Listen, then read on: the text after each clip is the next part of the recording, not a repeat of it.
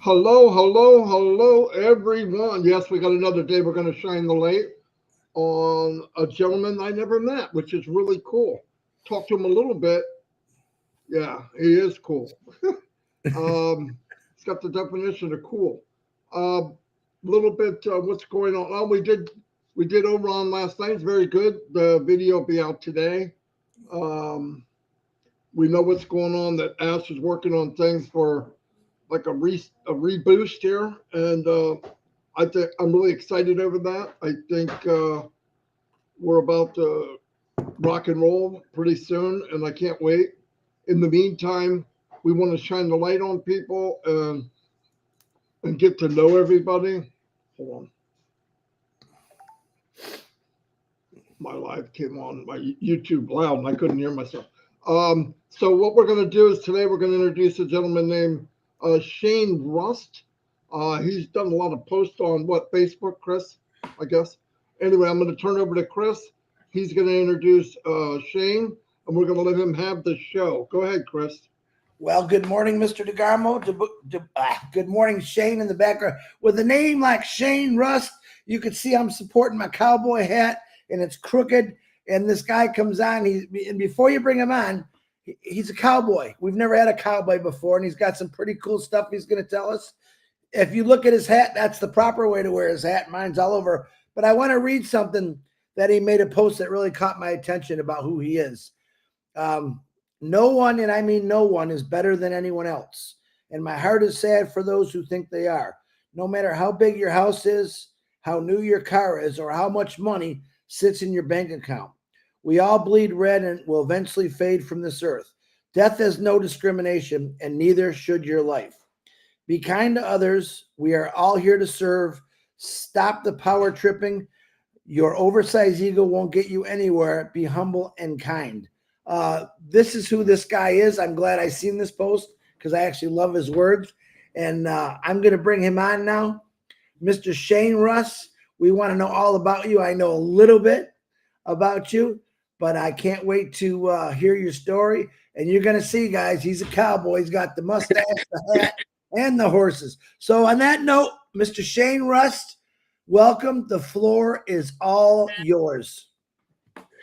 Well, good morning to y'all, and we're pretty excited about being a part of ONPASSIVE, and I'd like to take just a second before I get going on my story and just say thanks to everybody who in the background, Ash Mufara, the tech team, all the stuff that goes on in the background, because like out here we look for stuff like that, like because we sat in the background, and so we do all the recordings and webinars and stuff like that. So anyway, I just want to kind of bring that up a little bit and tell you a little bit about myself. Of course, my name's Shane Rust, and yeah, I am a cowboy. Been born and raised that way, and that's kind of what brought me here. Is I like to follow my passions, and one of my big passions that I have is obviously horses,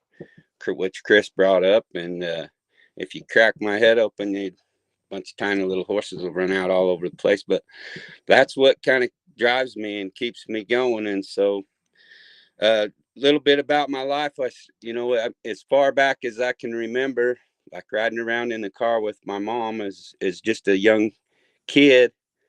I mean, my first song I ever learned to sing was Glenn Campbell, Like a Rhinestone Cowboy. So the cowboy thing has always been a thing with me, and the horses. And I was telling Chris before we came on, one of my claims to fame is I never lived a day on this earth without owning a horse. So with that, kind of where I start at the bottom there, when I was a kid, my well, first of all, I guess I got to better back up just a little bit and tell you kind of how it started. Was of course, when you're a little kid, you don't really know much about anything. Well, my mom got sick, and we didn't know and anything about, but she got breast cancer and died. So I grew up kind of with my grandma and grandpa a lot, and my grandpa. We had a family ranch when I was a kid. We sold it when I was about 15 years old, and then my grandpa bought a small place in a little town called Far West, Utah. And that's where I'm originally from, born and raised. I lived there. Oh, I lived there for, till I was in my 30s, maybe even into 40. And then most recently I left there and been in Wyoming, and now I'm currently in Idaho. But as a kid, when my grandpa would, like, we'd go on these fishing trips and stuff, he'd always take me fishing. We'd drive by these big ranches, and he'd always say to me, one day we're gonna buy us one of them horse ranches, you know. And he was a lot of fun. He reminded me a lot of like Chris. He's always joking and having a good time. He always had a smile on his face, and so we had a lot of fun as a kid growing up, you know, being with my grandma and grandpa. And then of course he had a small place where that's kind of where we learned to work and do the things that we do, like as far as the Western way of life. And we had a few cows and some pigs and horses and, you know, and all that good farm ranch type stuff. And so that's kind of always been my draw. Like I've always, you know, wanted to be that kind of person. And you know, as I got older in life, I started, you know, of course, Chris brought up the rodeo thing, and yeah, I rope still a little bit. I team rope a little bit, but I had a little stint where I went, you know, I did about 10 years, well, maybe 15 years where I was a bull rider, and I got to the professional ranks, and on my rookie season, excuse me, I got in a really bad wreck and broke my back when I got bucked off. I got bucked off. I landed on my head. Well, my feet come over my head, and the bull stepped right on my butt, and it like bent me in half like that. So it blew my L5 vertebrae into 15 pieces. So they had to go in and fix my back. I almost ended up in a wheelchair. The doctors like couldn't believe I wasn't in a wheelchair, and I thank the good Lord for that. But anyway, when that kind of ended, you know, I took my career for a long time, for probably 25 years, was in the construction industry. I always built stuff. I built everything from houses to skyscrapers, done a lot of concrete work, stuff like that. You know, just blue collar work. Well, I was working for a company for a while there, and they got us our CDLs, and so my CDL kind of took me in a different direction, you know, and I had a mutual friend that had a trucking company in the oil field, and so I went to the oil field. That's what took me to Wyoming. Was when I got in the oil field, I moved to Wyoming because it was closer to where the work was. And so I did really good. I did really good in the oil field, but one of the towns I ended up in, there was a ranching job that came up, and so I didn't care. I don't care about the money. You know, I could care more about my passion and what kind of drives me, and that way of life has always intrigued me and pulled me, and you know, it's my passion, I guess. And so I took this ranch job, and the place come with, when I got there, I had to know how many horses was there, because there was a lot, and there was 54 horses there. And and there was 18 of them that were unbroke. I only got through about eight or so of them before well, maybe not even that many, maybe 6 before that kind of played out. And then right after that job, I went work for a company where they trap wild horses all over the Western United States. And so I've been all over.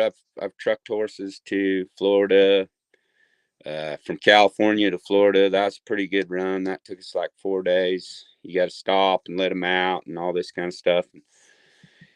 Anyways, and so that's kind of where ONPASSIVE came into my life, is about that time. And that was right around, it was during the pandemic, right when I started that job. Like, the pandemic never even bothered me, because I was in the middle of Wyoming on a ranch, and I never wore a mask or any of that stuff. So when I'd go to town, everybody's all upset with me. But but it didn't matter. But that's kind of when ONPASSIVE came around, and then I want to talk a little bit about.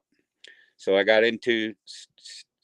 I got into ONPASSIVE was I got into a little bit of network marketing, like Marty's always talking about, and yeah, I 100% agree. They're a pretty tough way to make it, and I really took it serious for a while. I even went as far as setting up some computer stuff and some email stuff to try to generate leads and all that kind of stuff,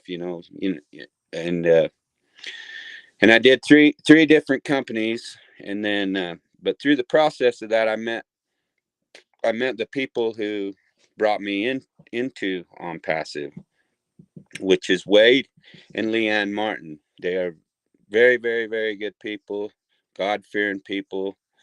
But anyway, we just connected. We was in Las Vegas at one of the conventions for the company we were promoting for at the time, and anyway, we got to know each other pretty good, and they were fun. We had a good time. We spent the whole weekend together, and then anyways, I'm just working on the ranch one day. My phone rings, and it's Wade, and he asked me if I'd be interested in doing any more network, that type of stuff. And I was like, no, man, I'm done with that. Like it kind of, all that stuff had played out. You just pay every month. You got to pay your auto ship. And, basically it costs you money instead of making money. And some of them people make money, but I think they take their big groups of people with them from company to company to company, and they make 10, 30, 40 grand, whatever it is. And then they move on.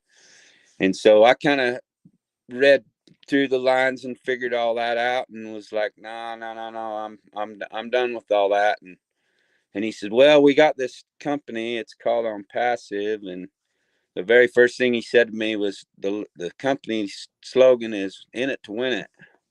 And I'm like, oh yeah, well, what is it? And they started explaining it to me a little bit, and I was like, yeah, send me a link and stuff. I'll check it out, like, because I never turn down an opportunity to, especially when it comes to making a little bit of money. and at first, that's kind of how it started. It was like I think it's going to be real good. It's automated, all this stuff, and I'm like, yeah, sure. Shoot me a link, and I'll check it out. So the link they sent me was to Marty DeGarmo, Mike Ellis, and I believe Dan Street, and they were doing videos back then, and I ended up, I think it was my ex-wife now, but back then my wife, I think she had pneumonia or something like that, and I ended up taking her to the emergency room. Well, during the pandemic, they wouldn't let you go in there. So I was just sitting out in the car, and it's wintertime in Wyoming. It was colder than blazes, and so I just sitting in the car with the heater on that. And I turned that video on. That Leanne had sent me. I'm like, I'm gonna go check this out. So I watched the whole thing, and then I was like, wow. And they kind of went over a little breakdown of how the company worked and where they were going and what they were doing, and so I watched it the first time, and then I started thinking about it. Man, I'm gonna check that out. I might do that. And I watched it again, and no, I'm gonna do that. And so then I watched it again, and I'm like, man, I gotta call Leanne. So I called her, and she wasn't around or whatever.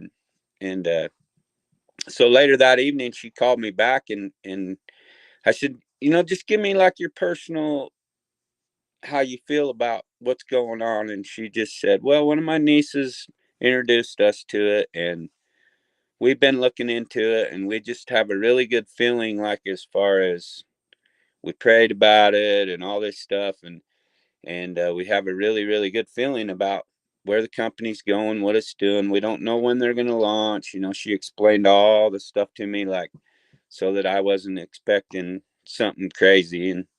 And I'm all, well, you think it's going to go? And she's like, I really think it's going to go. So I just jumped in. I just threw my skin in the game, and then I started watching all the webinars, all the roundtables and leadership council, all that. I've been engaged pretty heavy for the whole time, even though I've chose to stay in the background just because I was super, super busy in my life at the time when I got in, and I didn't understand everything for a while. And then, so I was telling Chris when I was doing a bunch of tractor work in the winter, because, you know, it's cold in Wyoming and you don't want to be outside.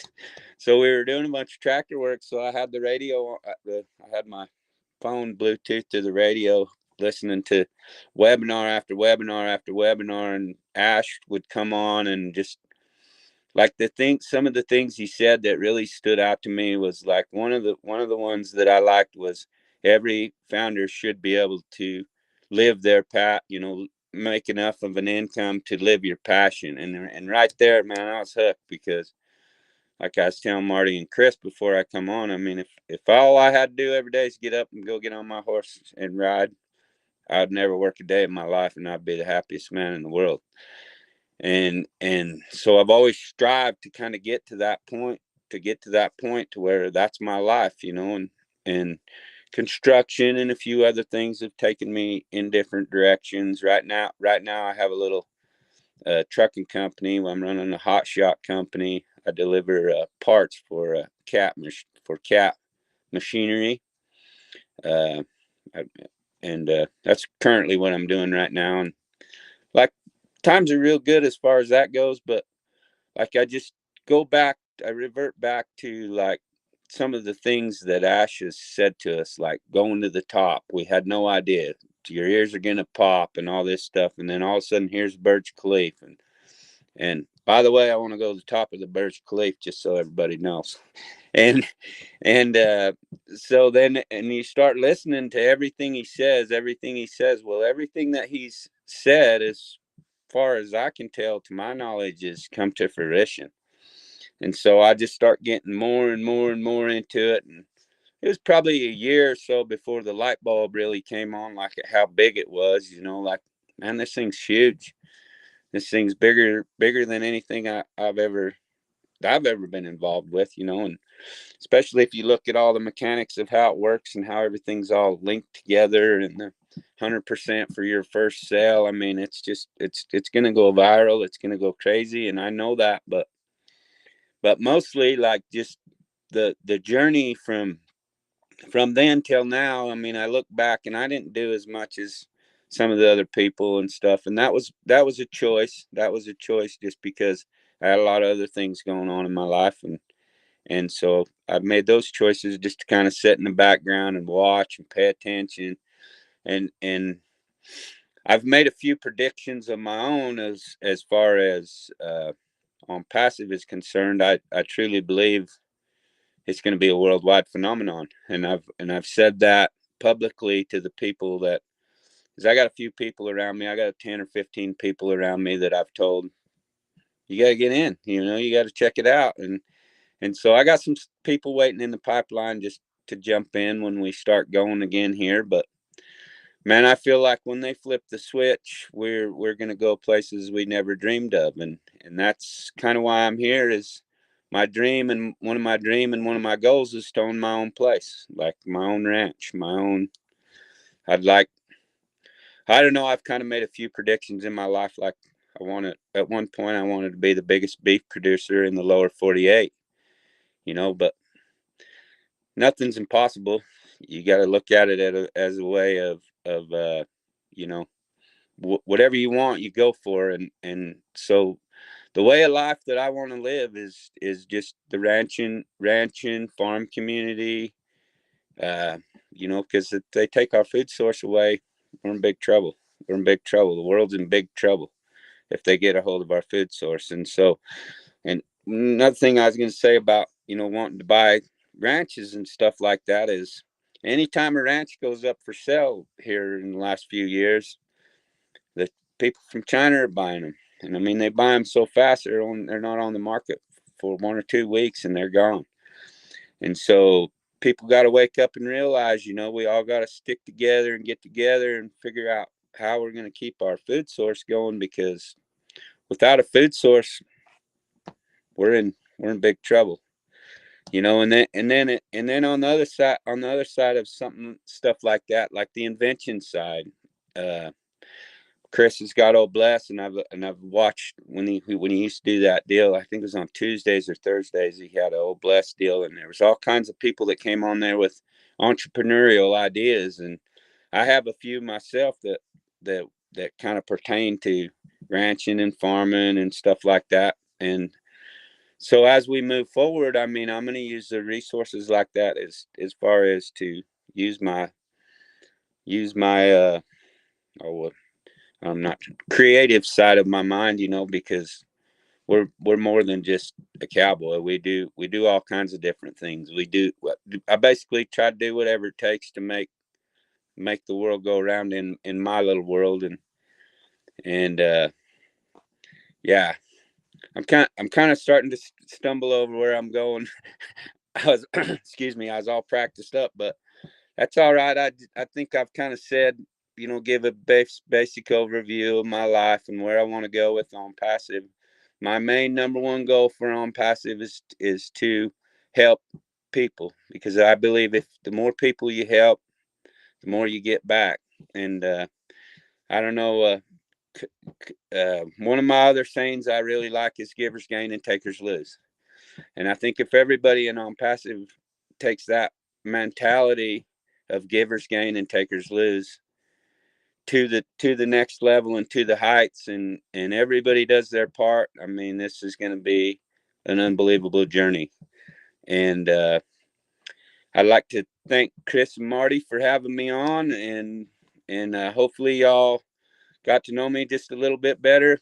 I'm going to step out of the shadows a little bit more and try to be a little bit more involved. And anyway, we pray for Ash Mufara every day. We pray for all the leaders and everything that's going on, that we just have the strength to get through the hills and valleys we're going through right now. And then when they flip the switch, it's game time.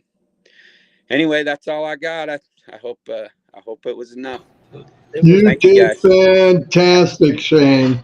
That was fantastic. I want to buy a ranch now. Are you kidding? No, I've always loved that kind of lifestyle.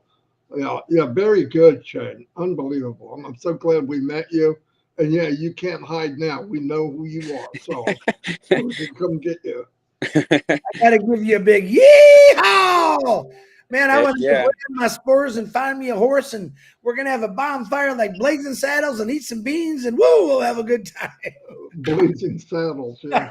Yeah, that's well.